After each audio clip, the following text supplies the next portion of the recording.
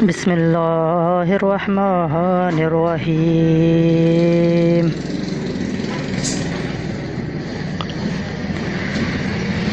حضرت رابعہ بصری عشق اور ایک نوجوان۔ بصرہ میں حضرت رابعہ بصری کی حسن و جمال کی دھوم مچی ہوئی تھی، لیکن جوانی کے یہ دن انہوں نے اللہ پاک کی عبادت میں گزار دیے۔ حضرت رابعہ بصری کی اللہ پاک سے محبت اور عبادت سے آپ کے چہرے پر حسن تھا کہ دیکھنے والوں کی نظریں آپ کے چہرے کا نور دیکھ کر خود ہی جھک جاتی تھی۔ اسی زمانے میں ایک نوجوان نے ان کو قبرستان میں چاند کی طرح چمکتے ہوئے دیکھا۔ وہ نوجوان حضرت رابعہ بصری کو کوئی اور ملوک سمجھ کر وہاں سے بھاگ نکلا،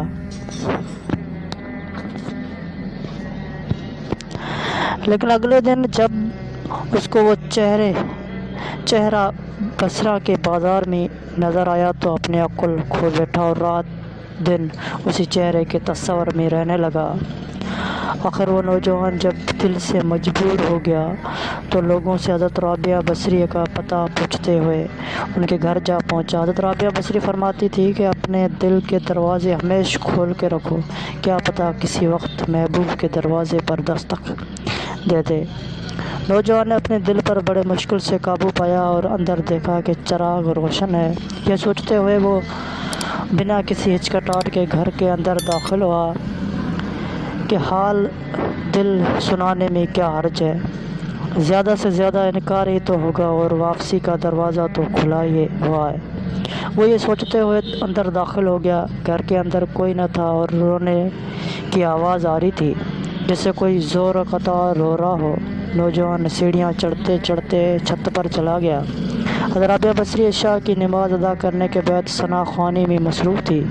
اے میرے رب، سارے ستارے روشن ہو گئے ہیں، لوگ سب سو گئے ہیں، بادشاہوں نے دروازے بند کر لیے ہیں اور محبوب اپنے محبوب سے ملنے کو بےتاب ہے اور میں تیرے سامنے کھڑی ہوں۔ یہ سنتے ہی نوجوان پر سخت طاری ہو گیا۔ اسی وقت حضرت رابعہ بصری نے پلٹ کر اس کو ایسی نظروں سے دیکھا کہ اس کی زبان گونگی ہو گئی۔ حضرت رابعہ بصری نے اس کے پاس آ کر پوچھا، اچھا کیا تم مجھ سے شادی کرنے کی درخواست لے کر آئے ہو؟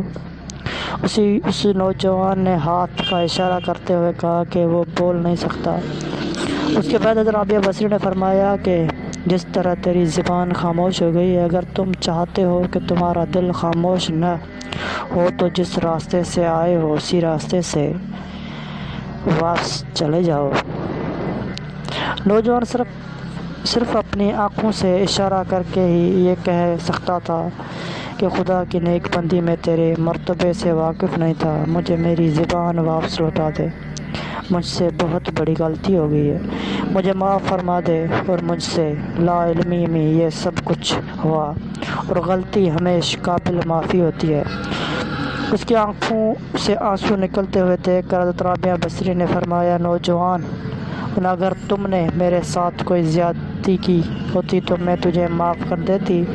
میں نے خود کو اپنے اللہ کے حوالے کر دیا ہے، اب یہ میرا نہیں بلکہ تیرا اور میرے رب کا معاملہ ہے، اور اگر تم نے معافی مانگنی ہے تو میرے رب سے معافی مانگ، اور اگر تم نے سچی دل سے معافی مانگنی ہے تو شاید اس بہانے اللہ پاک تجھے دوبارہ آواز عطا فرما دے۔ یہ فرمانے کے بعد حضرت رابعہ بصری نماز کے لیے کھڑی ہو گئی اور وہ نوجوان رونے لگا اور سجدے میں گر گیا۔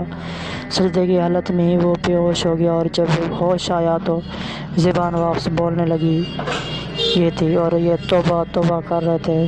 شاعر نے بھی کیا خوب کہا ہے، زباں ولی میں وہ تاثیر دیکھی، بدلتے ہوئے ہزاروں کی تقدیر دیکھی۔ اس کو آپ دوسروں تک بھی شعر اگر لکھنے کے دوران مجھ سے کوئی غلطی ہوئی ہو تو میرے اصلاح کے لیے مجھے بتا دیں، کمنٹ کر دیں تاکہ میں اس کو ٹھیک کر سکوں۔ اللہ پاک ہم سب پر کرم فرمائے اور ہمیں برے کاموں سے بچنے کی توفیق عطا فرمائے، آمین ثم آمین۔